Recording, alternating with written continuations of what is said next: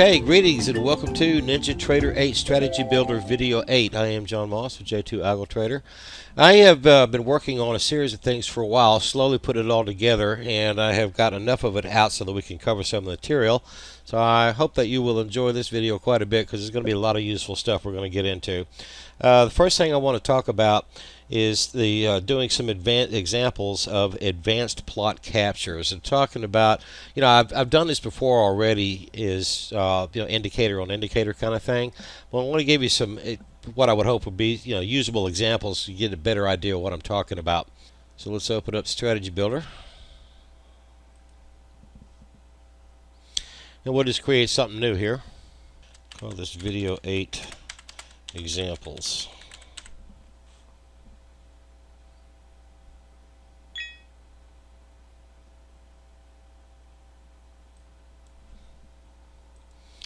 Let me continue in loading up the usual suspects.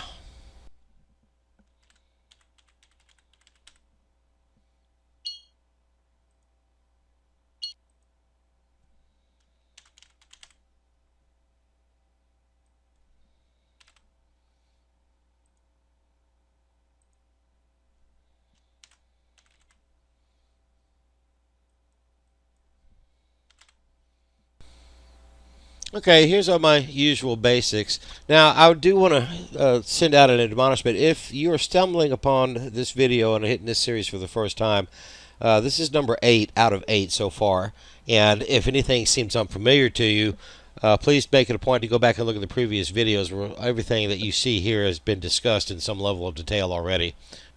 Now, in previous videos, you've already seen just a little bit of me stacking indicators on top of indicators, and today I want to show you, like a specific example. If you see something yourself that you think, oh, that'd be a good idea, let me point one out to you, kind of give you that mindset, so what you might want to be looking for on occasion. Let's zip over to here, and let's come to this 500 tick right here.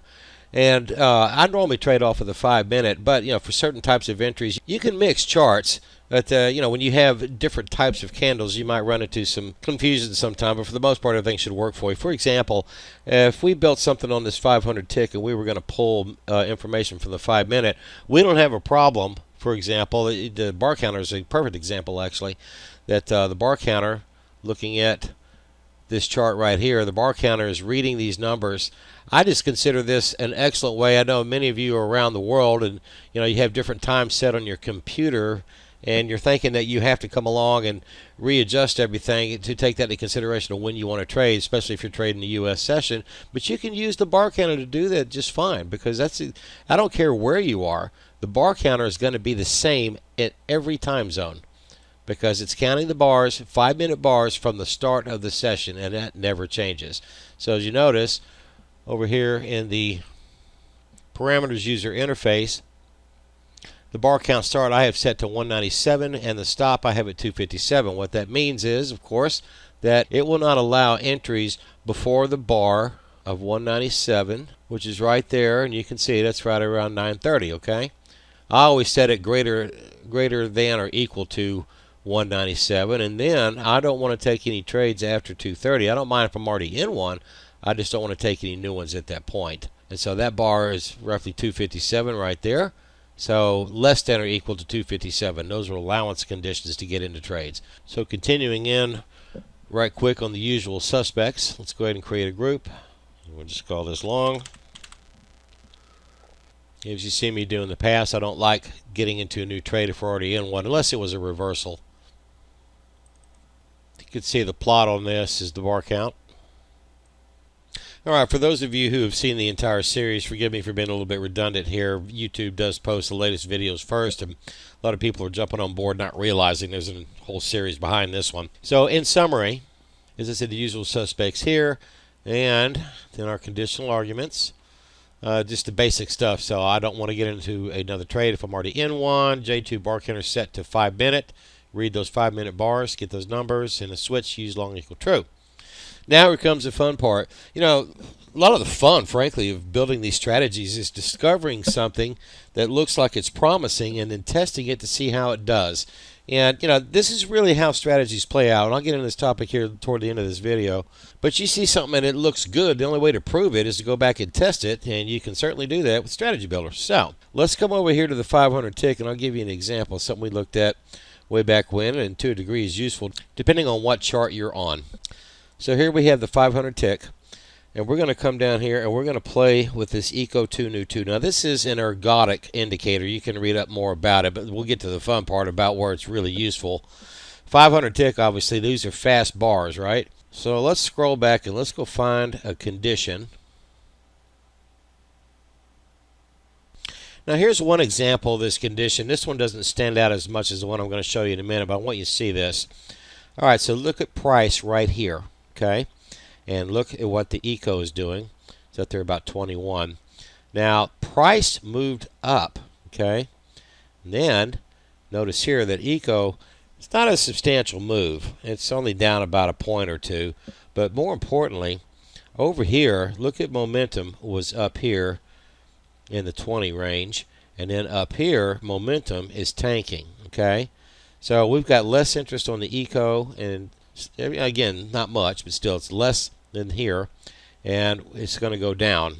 Today was extremely choppy, but that move right there, being realistic, we would have taken an entry right about here. We'd have gone to here, bounced back up to here, and then down to here. And that's still a 10-point move. Now let me go find a better one.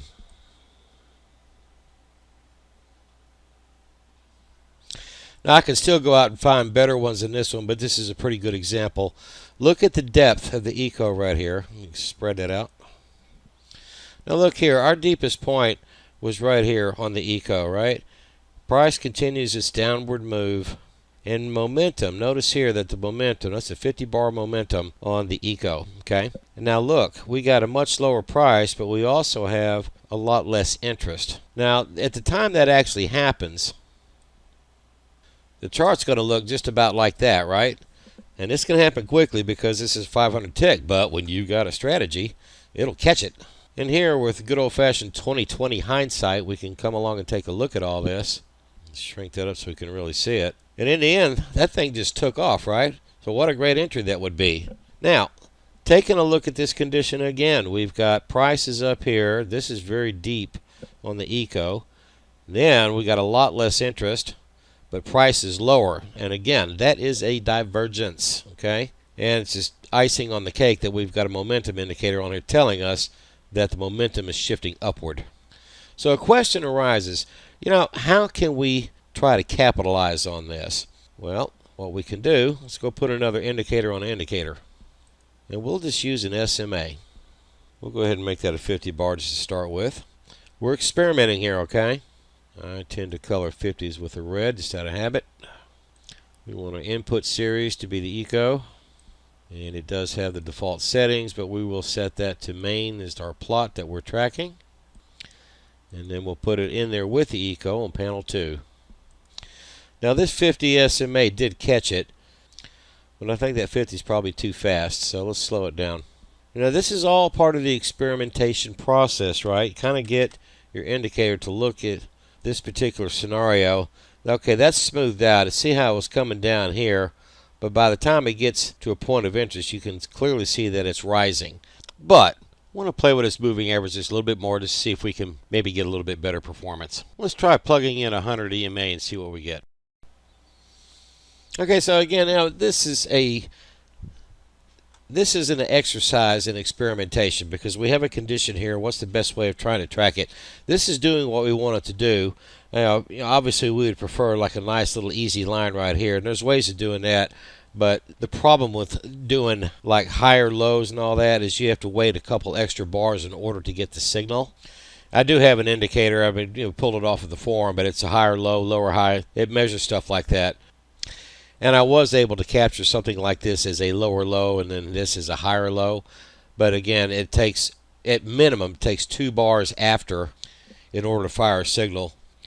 And what I ended up discovering is that the use of an EMA or SMA, either one really, would do the trick.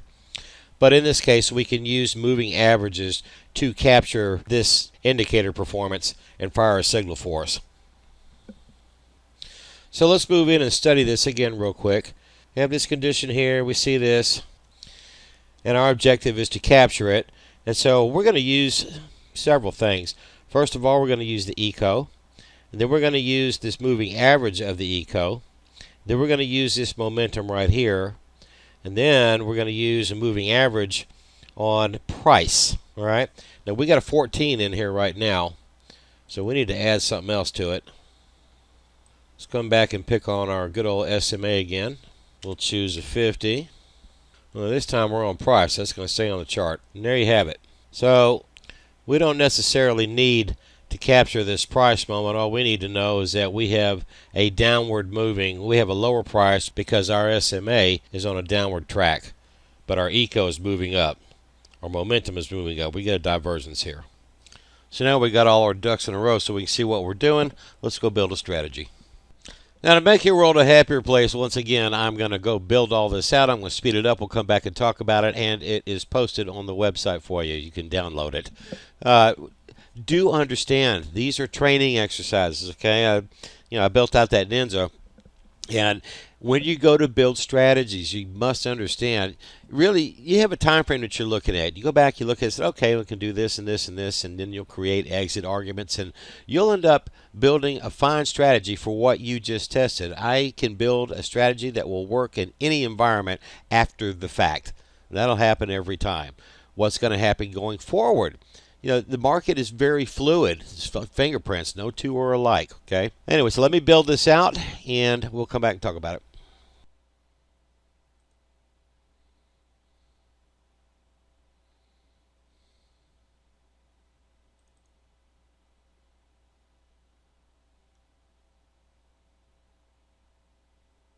Okay, so what we got going on here, let's bring this conditional group down to where we can see what we're doing.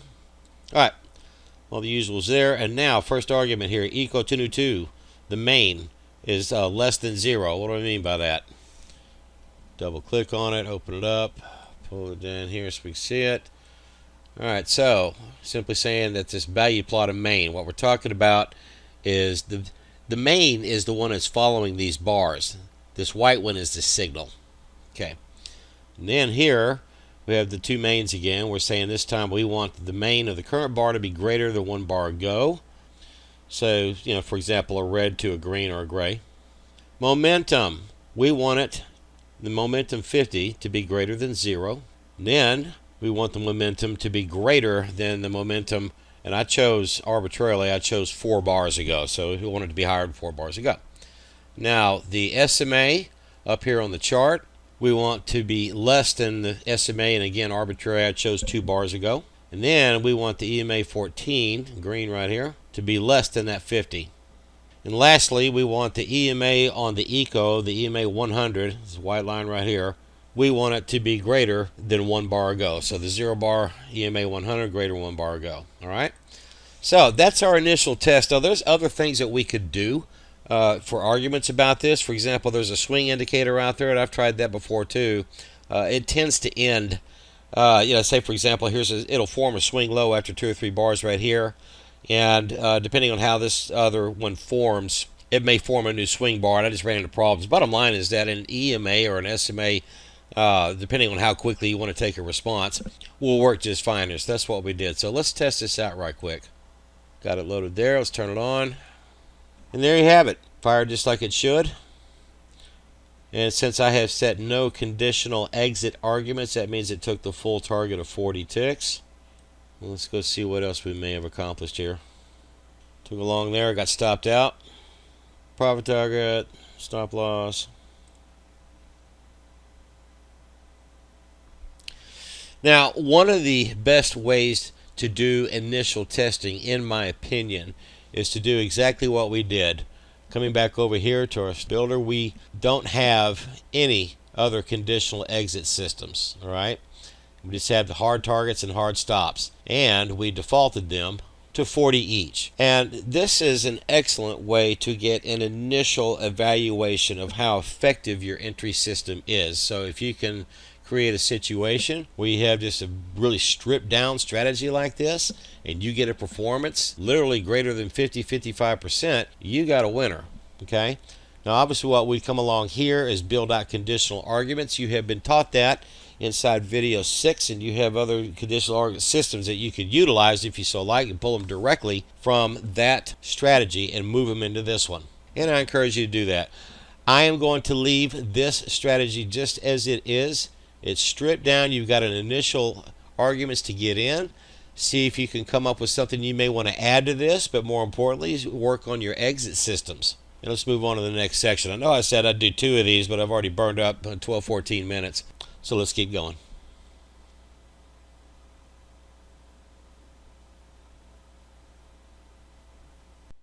All right, indicators. I really want to spend a moment and drive home a point about indicators where Strategy Builder is concerned, because as I demonstrated in video 6, I used that NinjaTrader Dynamic RSI on purpose because it is NinjaScript ready. However, you cannot go in and change the values, okay? And you're not going to be able to do that with a dynamic link library. The only thing you can really manipulate things is if you have a .cs, a C# indicator folder. Anything that you purchased almost certainly will be a dynamic link library. And then there's the next level up where you actually have to access a server from the NinjaTrader ecosystem in order to get to them. Some of them are probably pretty good. It's been a long time since I've looked at any of that stuff because I'm going to take you down the road of the volume profile, which I'll get into in the final segment. But I did want to share with you that, that's the first thing you're looking for if you want a strategy builder. It must be NinjaScript ready, and it needs to say so. Now, there is one in particular that I got, and frankly, I was quite upset because I purchased it specifically because it said it was NinjaScript ready, and it wasn't. And when I tried to contact them about it, I got crickets. I'm not happy about that, but this is how it is. I'll let it go. I do have some indicators that I'm going to be putting out. There's going to be a big bundle along with the training video, and I'm also going to include a video that will teach you how to build indicators yourself fast. There's 2 ways of learning C# code, for example, is that you can take a course on it, which I did, and I never finished it because really what I wanted to do is I just need the part that's going to make this thing do what I want it to do. In other words, I was trying to manipulate other indicators, and I tried to create them. And it took a while, but I'm there. And what I can assure you is this whole process will take you about 1 hour. What's cool about that, and I'll just tell you right now, you can use a strategy builder to build up your arguments, and you transfer them over into an indicator. There's just a few things you need to do to turn it into an actual indicator. And once you learn that process, that's going to be an extremely useful tool for you. Most notably, if you create some conditional statements that you like and say you want to use them in conjunction with other things, you can turn a strategy, for example, into an indicator and where it's firing arrows for you. That's also a super fast and easy way to figure out if anything that you built is worthwhile to use. One in particular I'm going to release, for example, if you've seen before, this is the hidden volume, which I honestly discovered quite by accident. And in many cases, it's wonderfully predictive of what's getting ready to happen because it's tracking what I presume to be hidden volume. It's going to be somewhat of a freebie that I'll include out because I can sit here and show you, and you'll see a lot of this when you see demonstrations of indicators. Isn't that great? Look at that, firing and all that down, but what you're not seeing, fired here, it's anticipatory, and it fired right over here, and yeah, it went up a little bit, but it kept going. So anyway, it so far has proved pretty predictive about potential trend changes. But you're going to see a lot of that when you're out shopping for indicators. But you just want to be careful and read between the lines and some of the promotional materials. And you sign up for something, and all of a sudden you just start getting hammered with emails. I will say a disclosure, though, that when you do that, they typically will send you a lot of free stuff as well. So not so bad. Once again, in the instructional video that I intend to create, I will cover this topic in more in depth.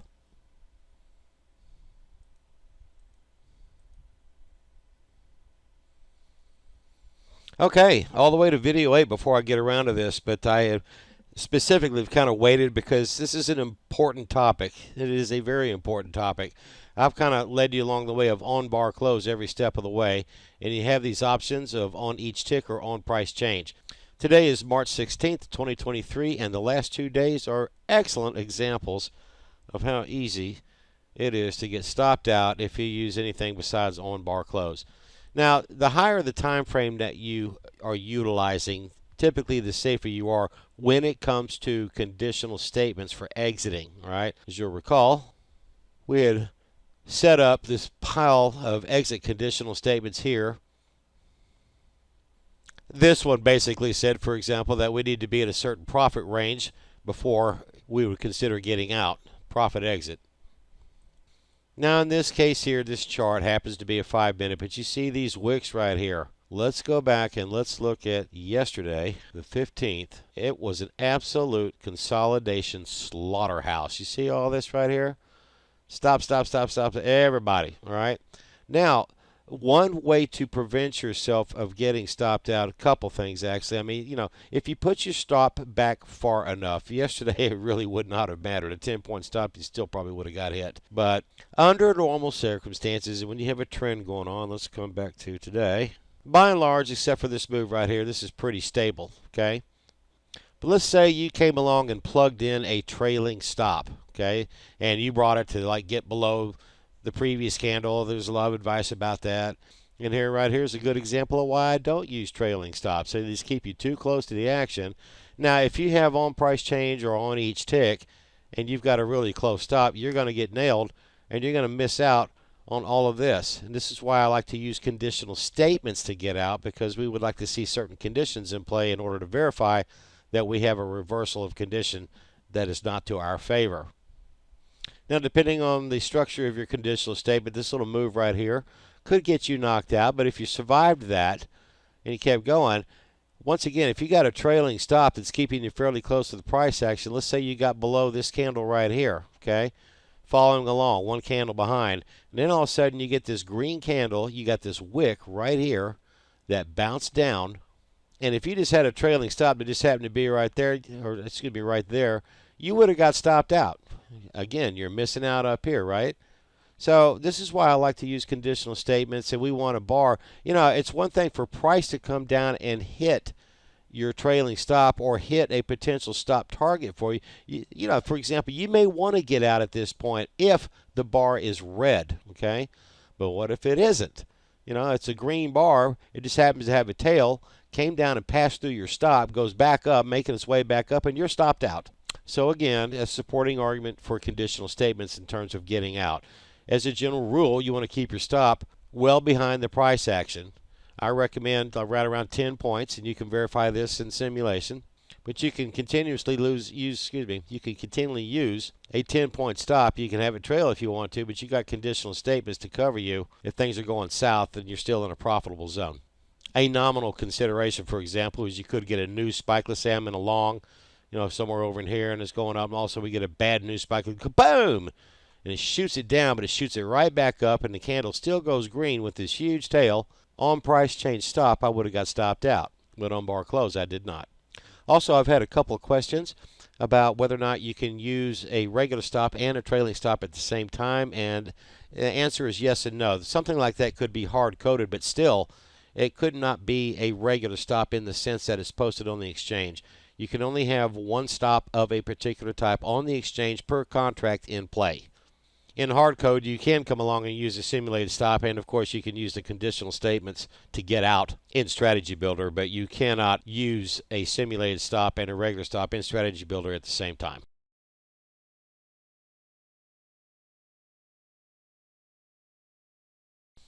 I want to dive into the topic of real-world use of strategies.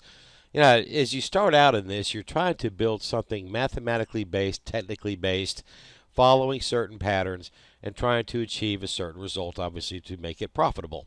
Well, the only thing about trying to use a strategy is if you don't have all of the variables properly placed in, you can go back, and I've repeated this, I'll say it again. You can take like a 3-month interval. For example, the March contract just closed, and now we're into June. So I've got 3 months worth of replay data, and I can go back and I can start off with a basic strategy, and I can find places where it got hit, and I can find places where it did well. I can focus on that, and I can make it ever more profitable. And that, you know, you could spend a couple of months perfecting a strategy for something that already happened. And the reality of that endeavor is that in the majority of cases, it's not going to play out the way you want it to.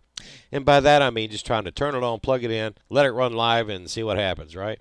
As your skills increase in writing up strategies, what you're going to discover is a lot of patterns. For example, on trend days like this day we're looking at right here, which is today, March 16, 2023, we had a trend all the way up, and a strategy that is running in a trend like this one, as nice and smooth as that one was, is going to do fabulously. Long entries in a long trend will always be the most successful because it's a more gentle market. Now you go back and we look at yesterday, and you look at this entire day, and it is just pure slaughter. And as you probably know, this type of price behavior here is referred to as consolidation.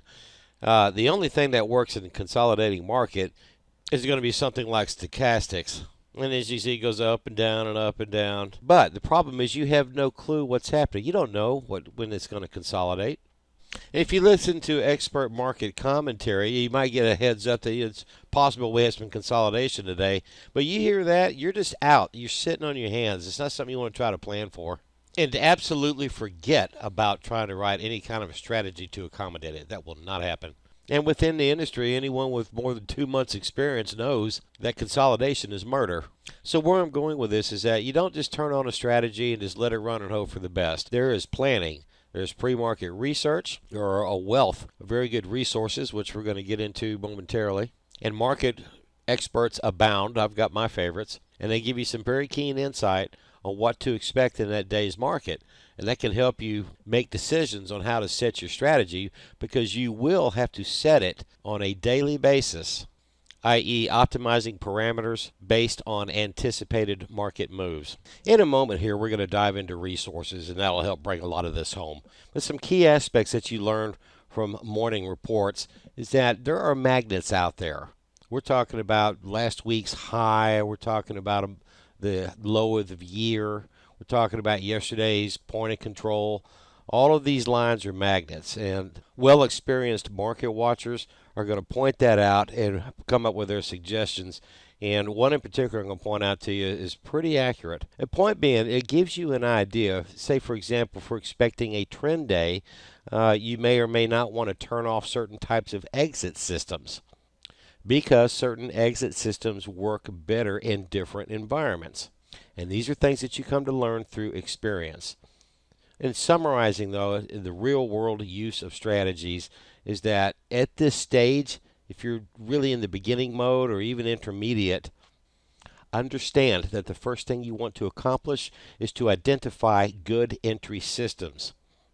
Because once you've done that and armed with the morning reports and setting your strategy accordingly, you can let your strategy run with a degree of confidence, and especially if you have to run off and go to work or something like that. We've already learned how to set up the email trade alert, so you don't have to sit there and watch it. It's just when it makes an entry, you start trying to keep an eye on it from there.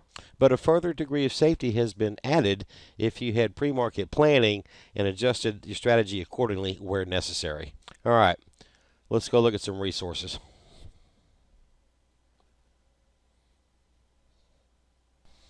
Okay, I've begun slowly adding things to the website, and go over to the, first of all, let's go to indicators real quick, and I have put the video and examples there for you. You can download that. It'll have the Eco 2 New 2 inside if you don't have it already. And then for resources, you come and look at some of this stuff on your own time, but there's some useful stuff I found over time. I recommend you go visit them. Just check out, see what they have. Some of these are more important than others, and clearly this one right here, the Market Watch. This is absolutely necessary to be on your desktop up here in your favorites. You need to look at this every day, see what's going on. As you do, you'll come to note the importance of certain reports. The biggest one is the FOMC. I've brought that up before. But the jobs reports, inflation, all that, when that news hits, most of it hits early in the morning because these are Eastern times. But if you got your strategy running early in the morning like that, you want to be very careful. Volatility index, in time you'll come to learn that the VIX is important. Kind of keep an eye on where that is, because that will give you an idea of the overall volatility of the market. The higher that number, the more violent price movement becomes, and you need larger stops. But, as the saying goes, with higher risk comes higher reward. This guy right here, Anton Creel, I love this guy. He's funny. But he just rips the industry into shreds. And never mind that he's out actually selling something himself, but they've actually started their own brokerage. But he'll give you an insight into the industry. And he points out some things. But, if you've never owned a business, he talks about failure rates for people who get into trading, and they are high. So one thing that is very true, you have stepped into something that is the most difficult, most dangerous thing you've ever done. But there's another truth out there. People who start small business, for example, 75% failure rate. So anytime you engage in something like, basically this is entrepreneurship almost, and it is risky. Anyway, the material that he's put out is a bunch of it on YouTube, and he's absolutely worth listening to. Just gives you some insight, because the truth of the matter is there are some real hucksters out there. I remember one guy in Thailand. This is a true story. Guy's based out of Bangkok, and he's out selling people that he has the secret codes to the oil industry, and if you follow his codes, you'll make successful trades, and people sign up for his membership club, and he's just taking their money, and of course they turn around and fail. I mean, what he was doing was just so incredibly ludicrous. Anyway, I believe I learned that from these trading schools. These guys right here, love these guys because they rate that. This is a must visit. Go and see what they have to say, because there are a lot of programs that are out there and they have rated them, and they're ruthless. I mean, look, if you've got something good, they'll support you, but if you don't, they're going to rip you up. Really, really respect them. Now, there are a host of pundits out there on YouTube and membership services that you can get information from. FT71, they run a free 20-minute morning live cast that starts at 8 a.m. Honestly, one of the most accurate and straightforward persons that I have ever listened to. If you're not listening to this guy already, you'll be hooked on day one. No, in Discord, you may have heard of them in the past, but there are some trade groups that are out there. There are several persons on the subscriber list for my channel that are a member of this. You can go join it and just start hunting down trade groups. As a matter of fact, any of you who are on Discord that would like to attract members to your server, by all means, please leave a comment on this video and let people know about it if you like. Okay, the last thing I want to bring up, been working on this for a while, but in my opinion, the most important indicator, we have not even touched it because I have been working on this, and that is the volume profile. I am in the process of putting together all the materials that I want to put the advanced training, indicators, and simple coding training so you can make up your own indicators. So I will be introducing that in video 9. Ladies and gentlemen, until next.